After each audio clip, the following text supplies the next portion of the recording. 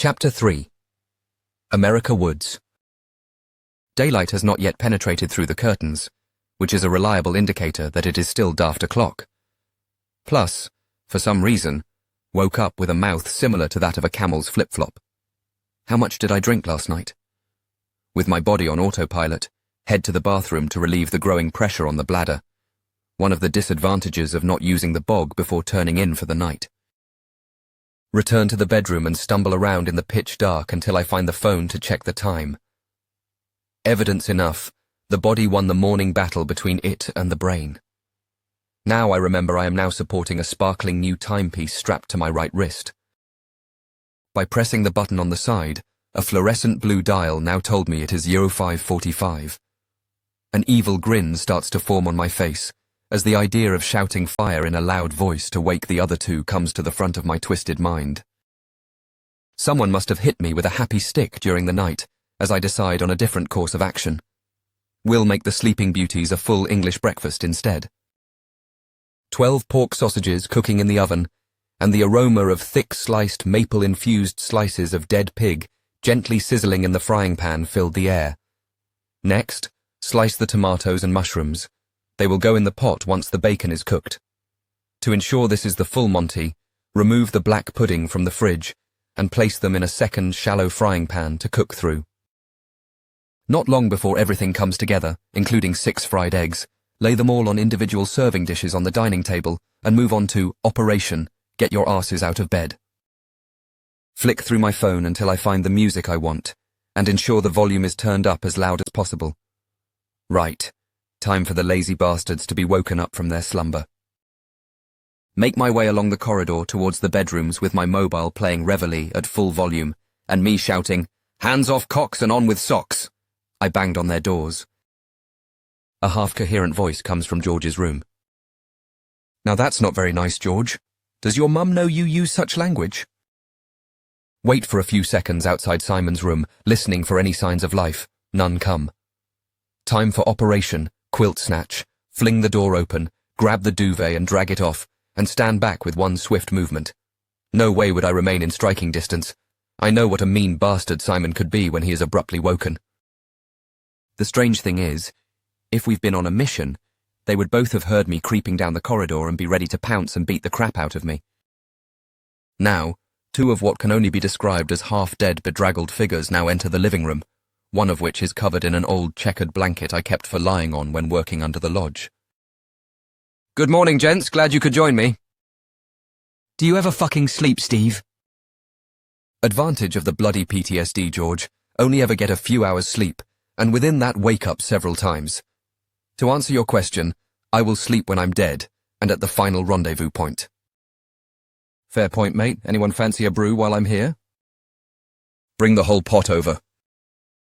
Grasping the jug of boiling water with one hand, George joins the others already sitting at the table, tucking into breakfast.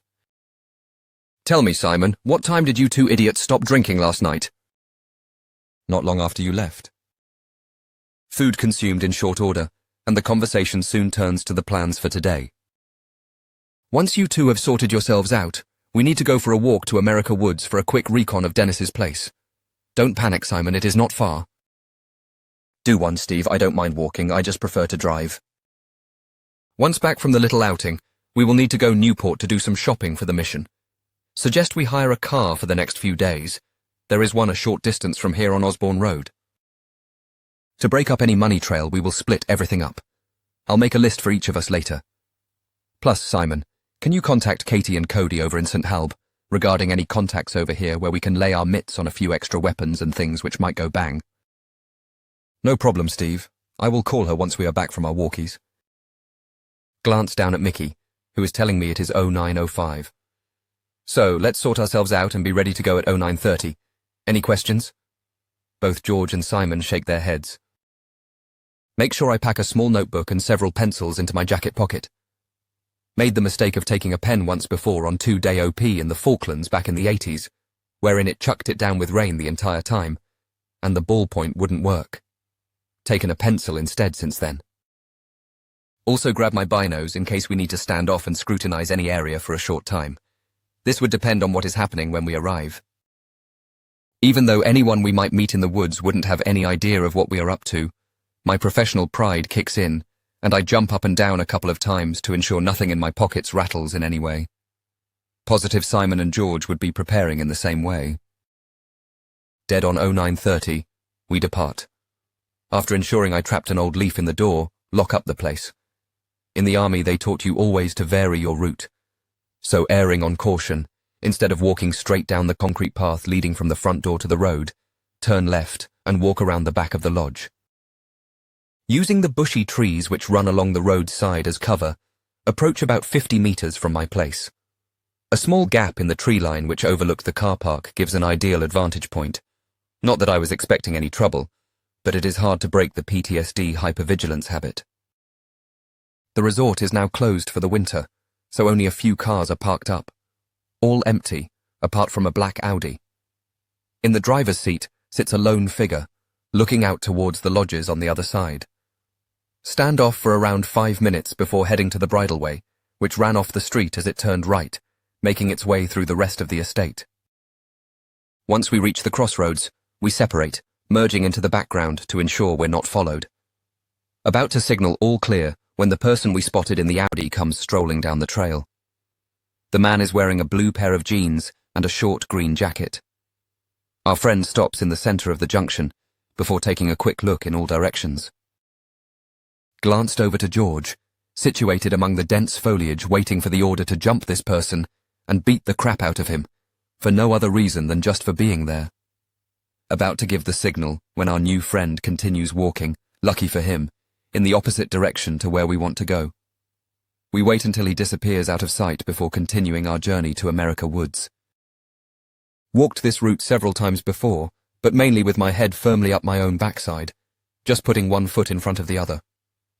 However, I will need to be more observant this time, and keep a lookout for potential ambush sites and alternative escape routes. Been walking down the track for around 5 minutes, chatting away with Simon before turning to find out where George is.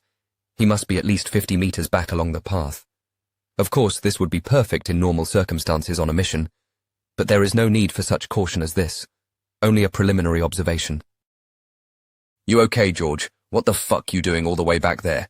The speed you're walking, anyone would think you're an ex-guardsman. Even the donkey walloper is up here. The second word is off, Steve. Guess the first one.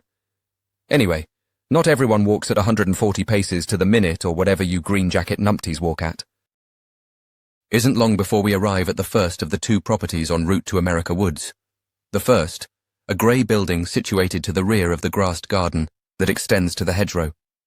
Located in the corner near the road, but behind a populated row of green bushes. A small wooden chicken coop that might become an issue if we come this way at night, and they start squawking their heads off. Beyond the bend, and immediately opposite a man-made pond, almost 140 meters, and surrounded by short wild grass which came down to meet the water, stands an immense farm complex. On one side of the sizable cobbled area, the primary residence is made of red bricks, with expansive windows in all aspects. It isn't a problem, apart from the extensive one overlooking the tarmac road that traverses between the farm and the pond, and the one we need to traverse. Another massive whitewashed barn, complete with double wooden doors, runs along the property's back. What looks like a stable conversion was taking place opposite the farmhouse. From what I comprehend from my current position, the whole complex appears to be surrounded on 2 sides by an 8-foot-high brick wall. A wide opening to the front allows access to the property. Didn't spot any gates, or, of course, what lays behind the long barn block. Parked up opposite the house, 2 black Land Rovers and a tractor in the far corner. From somewhere in the courtyard comes the sound of voices, but not visible from our current location. On the other side, the footpath leads to America Woods and is situated only 30 meters from the farm entrance. Turn around to face Simon and George. We can't stay here all day, gents. Anyway, we've still got the benefit of nobody around here knowing what the fuck we are up to. Let's go. I'm about to cross in front of the gate when George grabs my arm. Look over there near the house. Is that not one of the men in the photos Mark showed us yesterday? Fuck, you're right, mate. What is one of Dennis's goons doing here? No idea, but let's keep going. As they say, The best place to hide is in the wide open. Plus, with any luck, they will not know anything about us yet, much less what we look like. Good point, well made, George. Once across the entrance with no issues, we make our way along the narrow, twisting dirt trail as it made its way through the open meadow, occupied by several cows minding their own business in the distance. Not the ideal route from a military perspective. The ground to the left of the path banked steeply up for about 30 meters, a perfect place for an ambush.